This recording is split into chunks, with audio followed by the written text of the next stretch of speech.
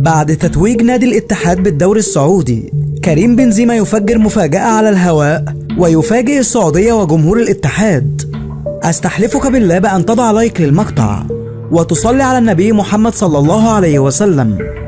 في تصريح جديد للنجم كريم بنزيما لسكاي نيوز الرياضية، تحدث كريم بنزيما عن الأخبار المتداولة عن اقتراب انضمامه النادي اتحاد جدة السعودي.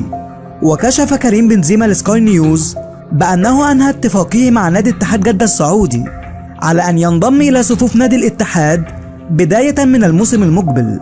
وقال بأنه لم يتردد إطلاقا في العرض المقدم له من نادي الاتحاد، كما قال بأنه يريد خوض تجربة اللعب في الدوري السعودي على خطى النجم الكبير كريستيانو رونالدو. وقال كريم بنزيما لسكاي نيوز الرياضية بأنه يرى أن الدوري السعودي سيكون له مستقبل كبير وسيكون ضمن أفضل 5 دوريات على مستوى العالم.